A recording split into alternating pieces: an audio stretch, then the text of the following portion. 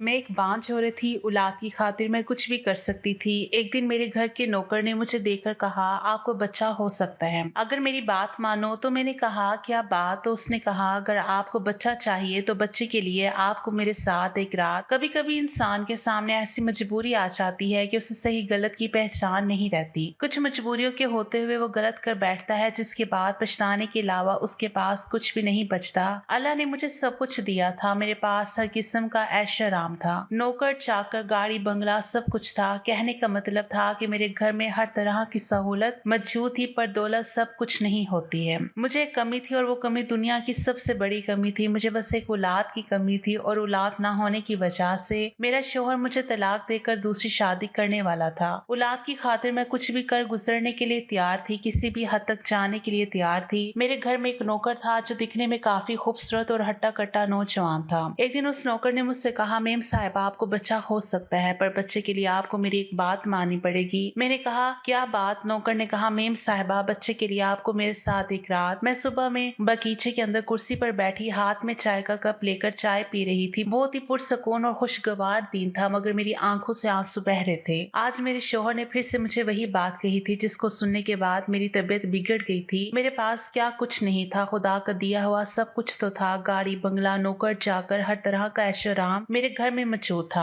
मेरे घर में छोटी से लेकर बड़ी तक जरूरत के हिसाब से हर सहूलत मौजूद थी। मेरा शौहर एक बहुत बड़ा बिजनेसमैन था, जिस वजह से घर में दौलत की भी कोई कमी नहीं थी। मेरे घर में नौकर चाकर से लेकर महंगी से महंगी गाड़ी तक मौजूद थी। मैं खूबसूरत हसीन औरत थी। मेरी शादी को 7 साल हो गए थे, लेकिन खुदा ने अभी तक अपनी मेहरबानी मुझ पर नहीं दिखाई थी। मेरी ममता बच्चों के लिए तरसती रहती थी। मैंने हर तरह के इलाज करवा लिया था, लेकिन मुझे फिर भी खुशी नहीं मिली थी। मुझे एक ऐसी बीमारी थी, जब मैं प्रेग्नेंट होती तो 4 महीने के बाद मेरा बच्चा गिर जाता था। मेरे शौहर ने हर डॉक्टर, हर हकीम से हर तरह का मेरा इलाज करवा लिया था। कोई भी ऐसी दवा दारू नहीं छोड़ी थी और ना ही कोई ऐसा देसी नुस्खा छोड़ा था जो मैंने आजमाया नहीं था। लेकिन मेरे साथ यही सिलसिला जारी रहता था। मैं बच्चों के बारे में दिन रात सोचती रहती थी और अक्सर ज्यादातर इन ख्यालों में खोई रहती थी। मैं किसी भी कंडीशन में एक बच्चा चाहती थी। मैं इन सब ख्यालों में गुम थी कि तभी शीशे की तेज चमक ने मुझे हड़बड़ाने पर मजबूर कर दिया था। मैंने सामने देखा तो वो हमारा नया नौकर था। शीशे के गमले साफ करते हुए वो नौकर कुछ अजीब नजरों से मुझे ही घूरे जा रहा था,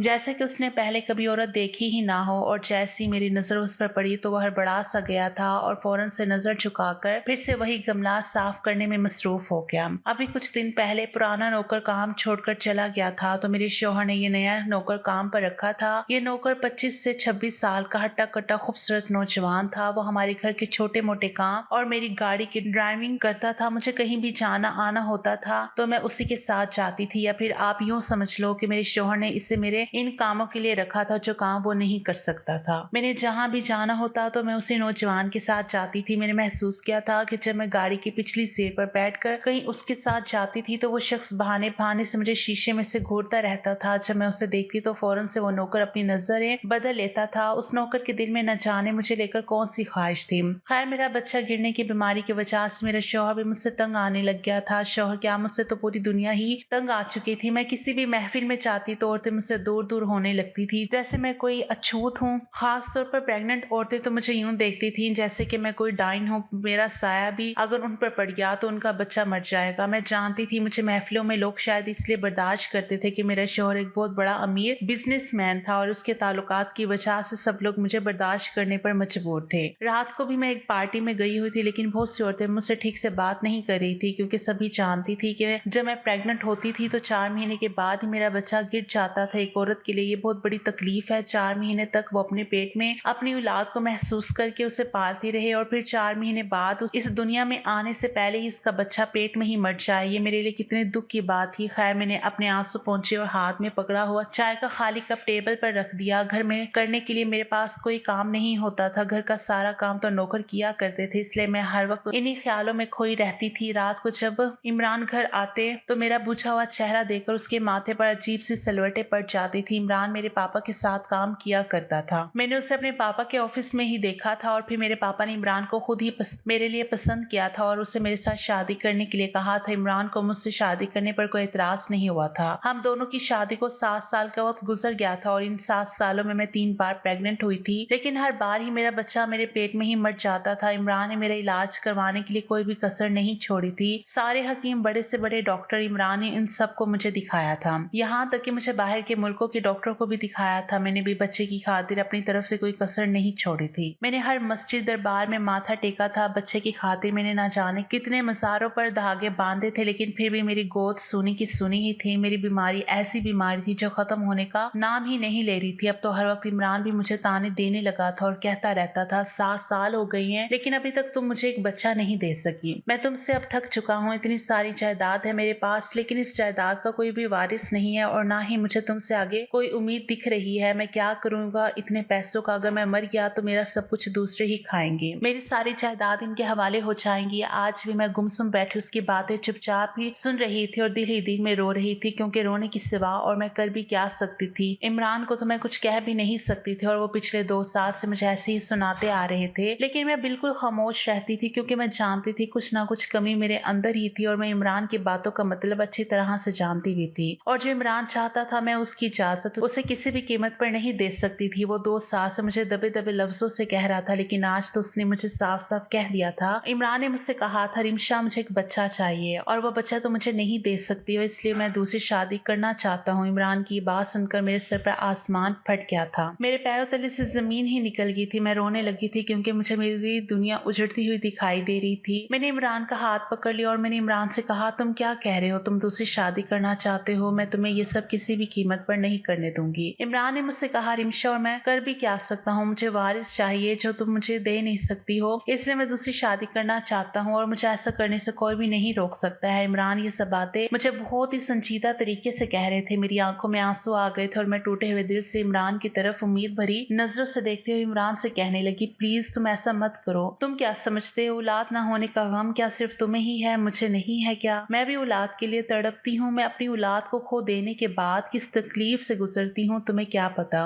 औलाद को मरने के बाद मैं किस कदर फूट फूट कर रोती हूँ और अब लोगों के ताने सुन सुनकर मेरे कान पक गए हैं। बच्चा ना होने की वजह से सब लोग मुझसे बुरा बर्ताव करते हैं। कोई मेरे पास तक भी नहीं आता। सब लोग मुझे अछूत की नजरों से देखते हैं। मुझे एक तुमसे उम्मीद थी कि तुम तो मेरे इस बुरे वक्त में मेरा साथ दोगे, लेकिन तुम तो मुझ पर एक और जुल्म करने के लिए कह रहे हो। मेरे घर में मेरी सौतन लाना चाहते हो। इमरान को मुझसे मोहब्बत ही शायद यही वजह थी कि पिछले 7 सालों से वो मुझसे ये बात कहते हुए कतरा रहा था, लेकिन वो था तो एक आदमी ही ना, वो कुछ भी कर सकता था। मैं अपने घर में किसी दूसरी औरत को बर्दाश्त नहीं कर सकती थी, ना ही अपने शोहर को किसी दूसरी औरत के साथ बांट सकती थी। मुझे बस इसी बात का डर था जो आज इमरान ने मुझे कह दिया था। इमरान मुझसे कहने लगा कि तुम औरतों के पास ये सबसे बड़ा प्लस पॉइंट है कि तुम औरतें जरा सी बात पर रोकर अपना दिल का बोझ हल्का कर लेती हो। लेकिन बताओ मैं क्या करूं? मुझे औलाद चाहिए और वो भी हर हाल में। अगर मैंने और साल बर्बाद कर दिए तो और मुश्किल हो जाएगी। मैंने कहा, इमरान तुमने जैसे जैसे चाहा वैसे वैसे तुम मेरा इलाज करवाते आ रहे हो और अभी भी तुम जो चाहो वो मेरे साथ कर सकते हो। मैं उफ तक नहीं करूंगी और ना ही कभी मैंने तुम्हें इनकार किया है और आगे भी तुम जैसा कहो वैसा करने के लिए मैं तैयार हूँ, लेकिन अल्लाह के वास्ते तुम दूसरी शादी की बात मत करो। दूसरी औरत हो इस घर में और तुम्हारी जिंदगी में मैं किसी भी सूरत में बर्दाश्त नहीं कर सकूंगी। प्लीज तुम मुझे इस तकलीफ में मत डालो। इस बार उन्होंने अपना हाथ मेरे दोनों हाथों से खींचा और उठकर बाहर चले गए। मैं पूरी रात रोती रही। सुबह मेरी आंखें बहुत ज्यादा सूजी हुई थी। इमरान मेरे उठने से पहले ही ऑफिस जा चुके थे। मैं कमरे से बाहर आई तो नौकरानी मुझे नाश्ते के लिए पूछने लगी। मैंने कहा, मुझे कुछ नहीं खाना है, बस एक कप ला दो। मैं हॉल के सोफे पर ही बैठ गई थी जहाँ पर वो नौकर शीशे की टेबल और गमलों को कपड़े से साफ कर रहा था और मेरी आंखें देखकर कहने लगा, मेम साहिबा आपको क्या हुआ है? कोई परेशानी है क्या आपको? आपकी आंखें क्यों सूजी हुई हैं? आप क्यों हर वक्त इतनी उदास रहती है? मैंने अजीब अंदाज से उस नौकर को देखा था। मैंने उस नौकर से कहा, तुम नौकर हो और नौकर की हैसियत में रहा करो। फालतू में मुंह लगने की कोशिश मत किया करो। चुपचाप अपने काम से काम रखो। मैं कैसी हूँ कैसी नहीं तुम्हें ये पूछने की जरूरत नहीं है। मेरी परेशानियों में इंटरेस्ट लेने की तुम कोशिश भी ना करो। तुम्हारे लिए अच्छा नहीं होगा। मेरी बातें सुनकर उसने अपने कंधे उचका लिए थे और गहरी सांस लेते हुए दोबारा से गमला साफ करने लग गया था।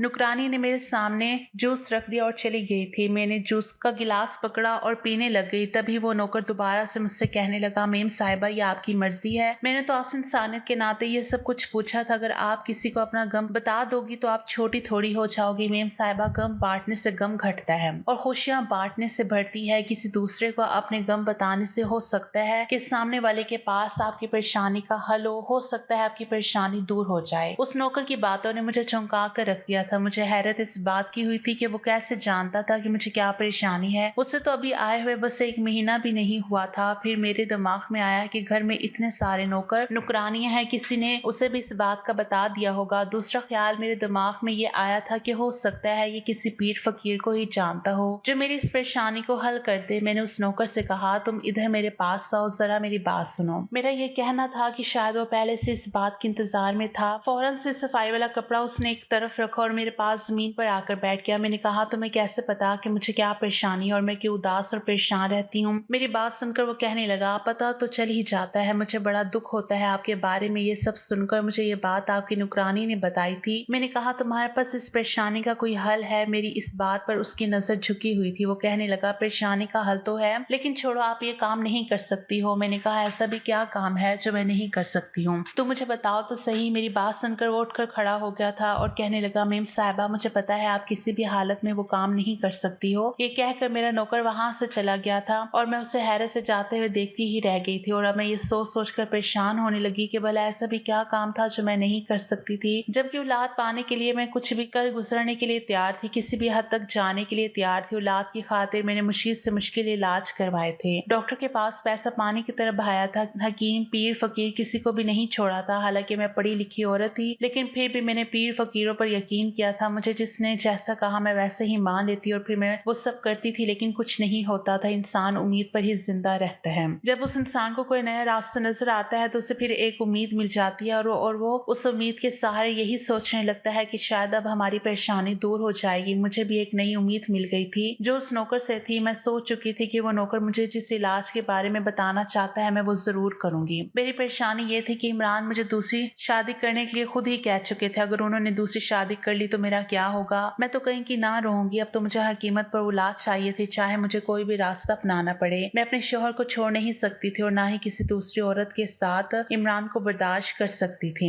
अगले दिन मैं जब शॉपिंग के लिए घर से निकली तो उसी नौजवान नौकर के साथ बाहर गई थी। गाड़ी में बैठते ही इधर उधर की बातों के बाद मैंने उससे कहा कि वो मुझे बताए कि वो क्या इलाज है जिससे मुझे बच्चा हो सकता है। मैं हर हाल में वो इलाज करवाना चाहती हूँ। मैंने उसे इस बात पर जोर देकर कहा था कि मैं बच्चे के लिए कुछ भी कर सकती हूँ, किसी भी हद तक जा सकती हूँ। तभी वो नौकर कहने लगा, मेम साहिबा, मैंने आपसे कहा तो है, ये सब आपके बस से बाहर है। औरत हर काम कर सकती है पर ये काम नहीं कर सकती है। मैंने कहा, क्या जो इलाज तुम बता रहे हो उससे 100% मुझे औलाद हो सकती है? वो कहने लगा, हाँ बिल्कुल मैम, हो सकती है और इस बात पर तो मैं शर्त भी लगा सकता हूँ। जितने भरोसे से मुझसे बातें कर रहा था मेरा दिल उसकी बातों पर यकीन करने के लिए मजबूर हो गया। मैंने कहा, क्या कोई बाबा है जो इस चीज का इलाज करता है या कोई डॉक्टर या फिर कोई हकीम है जो मेरी परेशानी को दूर कर सकता है? मेरी बात पर वो हंसने लगा और फिर हंसते हुए मुझसे कहने लगा, नहीं, इन तीनों में से कोई भी नहीं है। इन तीनों के पास तो आप कई बार जा चुकी हैं और हर बार आप खाली हाथ ही लौट कर आई हो। मैं हैरान हुई थी कि ऐसे इलाज तो सिर्फ यही 3 किस्म के लोग करते हैं। वो मुझे किस बारे में बताने से कतरा रहा था। मैंने बार बार उससे एक ही बात पूछी कि वो आखिर ऐसा कैसा इलाज है, मुझे बताओ तो सही, लेकिन हर बार वो मेरी बात टाल जाता था।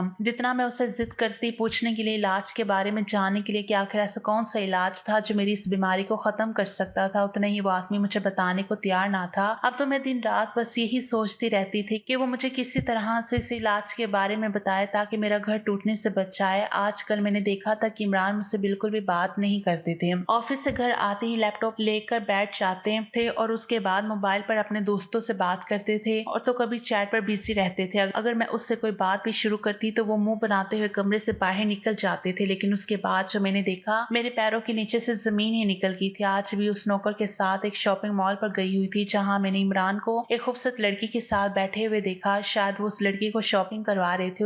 उसे देखकर तो मेरे जैसे होश ही उड़ गए थे। वो इमरान की सेक्रेटरी थी। वो नौकर भी मेरे साथ था और वो मेरे चेहरे की उड़ी हुई रंगत को देख रहा था। इमरान और वो लड़की कुछ कदम के फासले पर मेरे सामने एक शॉप के अंदर खड़े खड़े हंस रहे थे और बातें कर रहे थे। वो लड़की अपने लिए कपड़े पसंद कर रही थी और इमरान से पूछ रही थी कि वो कौन से कपड़े ले। ये सब देखकर मेरे सर पर आसमान फट चुका था। मुझे ऐसा लग रहा था जैसे मेरे जिस्म के अंदर मेरी जान ही ना हो। मेरा शौहर किसी दूसरी लड़की के साथ था। मैं उससे बेइंतहा मोहब्बत करती थी। इसी वजह से मैं इमरान के साथ किसी दूसरी लड़की को बर्दाश्त नहीं कर सकती थी। मुझे याद है जब मेरी शादी हुई थी तो शादी से पहले इमरान की यही पर्सनल सेक्रेटरी थी, लेकिन मैंने आते ही उस लड़की को छुट्टी करवा दी थी। मैंने कहा था, इमरान तुम अपनी सेक्रेटरी से किसी भी तरीके से कोई भी मेल जोल ना रखो। मैं तुम्हारे साथ किसी भी फीमेल को बर्दाश्त नहीं कर सकती हूँ। उस वक्त तो इमरान ने मेरी बात मान ली थी, लेकिन इस वक्त उसी लड़की को अपने शौहर के साथ देखकर मेरे होश उड़ गए थे। दिल में न जाने कैसे ख्याल उठने लगे थे। मैंने अपना शॉपिंग बैग वही फेंका और तेज कदमों से चलती हुई इमरान और उस लड़की के सामने खड़ी हो गई। मुझे अपने सामने देखकर वो दोनों घबरा गए थे। मैंने कहा, इमरान ये कौन है? मेरा लहजा बहुत ही ज्यादा सख्त था और चेहरा गुस्से से लाल पीला हो रहा था। इमरान ने कहा, अभी तुम घर जाओ, मैं घर आकर इस बारे में तुमसे बात करूंगा। मैंने इमरान से कहा, नहीं, मुझे अभी बताओ ये लड़की कौन है तुम्हारा, इसके साथ क्या रिलेशनशिप है? तुम मेरे होते हुए कैसे किसी गैर लड़की के साथ बाजारों में घूम सकते हो? तुम मेरे शोहर और मेरे लिए तो तुम्हारे पास वक्त ही नहीं होता है। जब भी मैं तुम्हें अपने साथ शॉपिंग के लिए कहती हो तो तुम मुझे मना कर देते हो और कहते हो कि तुम बिजी हो और उस लड़की के साथ घूमने फिरने के लिए तुम्हारे पास वक्त है। मेरा गुस्सा सात आसमान पर था, मेरा लहजा भी और ज्यादा सख्त होने लगा था। बहुत से आते जाते लोग मुझे और इमरान को देख रहे थे। इमरान ने जब चारों तरफ लोगों को देखा तो मुझे गुस्से से घूरते हुए मुझसे कहने लगा, रिमशा, बाजार में तमाशा मत लगाओ और घर जाओ। मैंने कहा, क्यों मैं घर जाऊं? ये कौन है तुम्हारे साथ? तुम इसे नौकरी से निकाल चुके थे ना? उस लड़की को मैंने गुस्से से कहा, निकलो तुम यहाँ से, और अगर दोबारा तुम इमरान के साथ नजर आई तो मैं तुम्हारा गला दबाकर तुम्हें जान से मार डालूंगी। मुझे ना तो अपने गुस्से की परवाह थी और ना इस बात का होश था कि मैं इस वक्त कौन सी जगह पर खड़ी थी जहाँ लोग मुझे देख रहे हैं। मुझसे तो बस वो लड़की इमरान के साथ खड़ी और बर्दाश्त नहीं हो रही थी।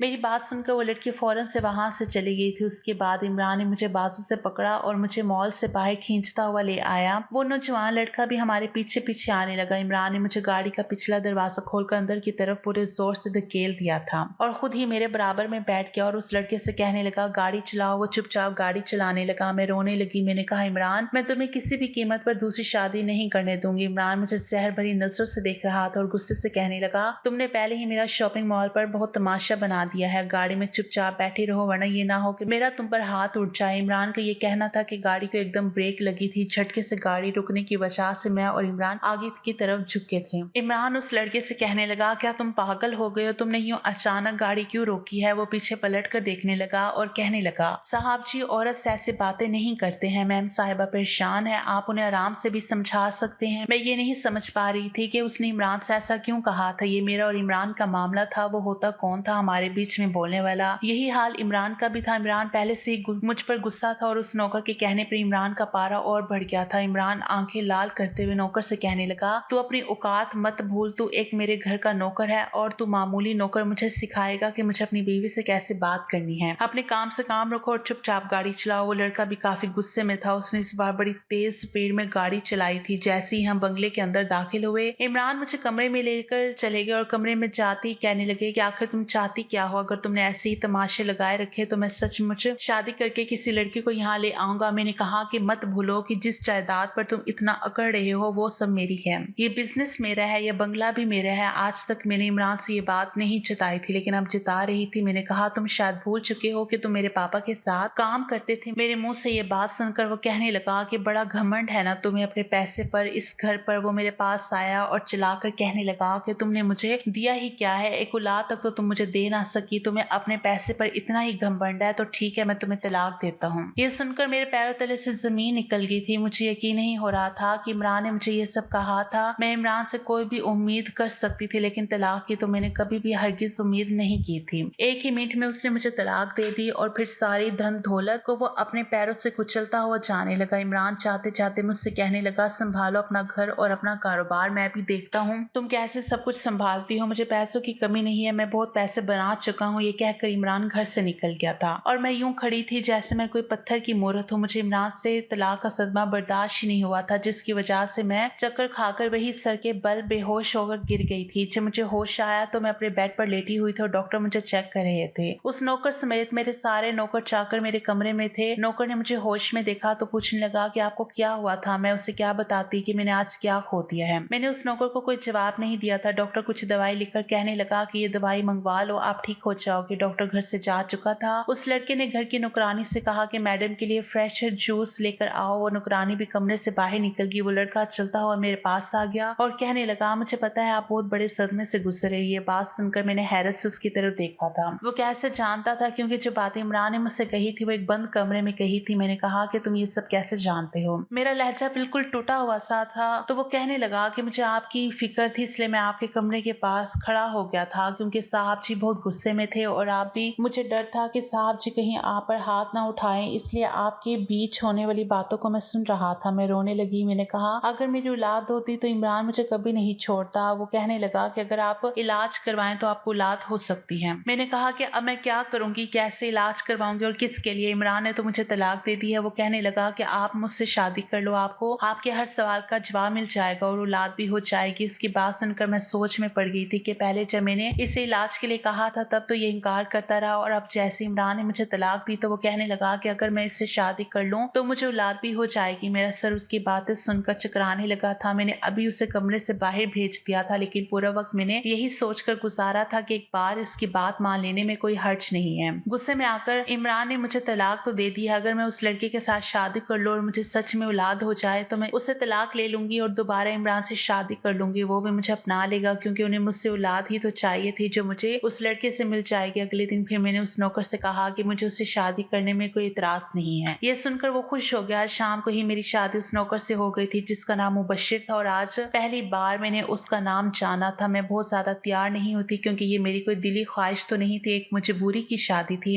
रात को वो मेरे कमरे में आया तो मेरा दिल तेजी से धड़कने लगा, मोहब्बत से नहीं बल्कि डर से। एक औरत के लिए शायद ये बहुत मुश्किल होता है अपनी जिंदगी में किसी दूसरे आदमी को शामिल करना। मैं भी ऐसी ही परेशानी से गुजर रही थी। वो मेरे पास आकर मेरे पलंग पर बैठ गया। उसने आहिस्ता आहिस्ता मेरा घूंघट उठाया और मुझे बाहों में भरते हुए कहने लगा कि मैं तुमसे अपनी बीवी होने का हक ले सकता हूँ। मैं खामोश थी और मैं खामोश ही रही। आहिस्ता आहिस्ता उसने अपनी सारी हदें पार कर दी और मुझसे अपना हक वसूल कर लिया। हैरत मुझे उस वक्त हुई जब 1 महीने बाद ही मैं प्रेग्नेंट हो गई थी, लेकिन फिर मुझे वही डर लग रहा था कि कहीं 4 महीने बाद फिर से मेरा बच्चा गिर ना जाए। लेकिन इस बार ऐसा नहीं हुआ था। मैंने एक बेटे को जन्म दिया था। मैं बहुत खुश थी, लेकिन फिर से वही सवाल मेरे दिमाग में चलने लगा था कि आखिर उसने ऐसा मेरे साथ क्या किया था कि मैंने एक जिंदा बच्चे को जन्म दिया था। मैंने मुबशिर से जब इस बात का जिक्र किया तो वो मुस्कुरा कर कहने लगा, आपको औलाद चाहिए थी ना, वो मिल गई है, अब क्यों परेशान हो रही हो। फिर मैंने कहा कि ऐसा करो, मुझे तलाक दे दो, मैं तुम्हारे साथ नहीं रहना चाहती। ये बात सुनकर उसने बड़े गुस्से से मुझे देखा था। मैंने कहा, मैं इमरान से मोहब्बत करती हूँ, मैंने तुमसे सिर्फ औलाद के लिए शादी की थी। मैं देखना चाहती थी कि क्या वाकई तुमसे शादी करने से मुझे औलाद हो जाएगी, मैं माँ बन सकती हूँ या नहीं। बस यही देखने के लिए मैंने तुमसे शादी की थी और मैं माँ बन गई हूँ, इसलिए मैं अब तुम्हारे साथ नहीं रहना चाहती हूँ। कहने लगा, जिस धोखेबाज के साथ आप रह रही थी वो खुद ही आपसे औलाद नहीं चाहता था। हर 4 महीने बाद वो आपको एक ऐसी मेडिसिन देता था जिससे आपका बच्चा खत्म हो जाता था। ये सुनकर मैं हैरत से उसे देखने लगी। मैंने कहा, तुम झूठ बोल रहे हो। तो वो कहने लगा, मैं सच कह रहा हूँ, आपके शौहर ने आपसे सिर्फ पैसों के लालच में शादी की थी। वो एक कामयाब बिजनेसमैन बनना चाहता था और वो बन गया है। वो आपसे कोई प्यार मोहब्बत नहीं करता था, वो मोहब्बत उस लड़की से करता था जिसको आपने मॉल में उसके साथ देखा था। आपके शौहर ने सिर्फ आपके पैसों का इस्तेमाल किया और उसने आपके पैसों से ठीक ठाक रकम इकट्ठी कर ली है। आपसे ना तो उसे औलाद चाहिए थे और ना ही आपका साथ चाहिए था। ये कहकर उसने मुझे फोन थमा दिया था जिसमें एक वीडियो थी जिसमें इमरान फोन पर उस लड़की से सारी बातें कर रहा था। इमरान अपने मकसद में कामयाब हो गया था और उसने अब इतनी दौलत जमा कर ली थी कि उसे ना तो अब मेरी जरूरत थी और ना ही मेरी किसी एहसान की। मुबशिर कहने लगा कि ये सब बातें मैं उस वक्त सुन चुका था जब मैंने यहाँ नौकरी शुरू की थी, इसलिए मुझे आपसे हमदर्दी होने लगी थी। कब ये हमदर्दी प्यार में बदल गई मुझे पता नहीं चला। आप बिल्कुल ठीक है, लेकिन आपका शौहर ही आपके साथ वफादार नहीं था। क्या अभी भी आप इस आदमी के साथ रहना चाहती हो? वो ये कहकर कमरे से बाहर चला गया था। मैं मुबशिर की अच्छाई से इंप्रेस हो गई थी जिसकी वजह से मुझे उससे मोहब्बत हो गई और अब मेरे पास कोई दूसरा चारा भी नहीं था, इसलिए मैंने यही फैसला मान लिया और जिस वजह से मैं भी मुबशिर से प्यार करने लगी। अब मैं उसी के साथ रहने लगी थी। ऐसे इंसान के साथ रहने का क्या फायदा जिसके साथ जबरदस्ती की जाए, जो आपके साथ रहना ही नहीं चाहता हो। तो दोस्तों, कहानी कैसी लगी कमेंट करके जरूर बताइएगा और अगर अभी तक आपने चैनल को सब्सक्राइब नहीं किया तो चैनल को जरूर सब्सक्राइब कर लीजिए। मिलता है एक नई और दिलचस्प कहानी के साथ। शुक्रिया। अल्लाह हाफिज।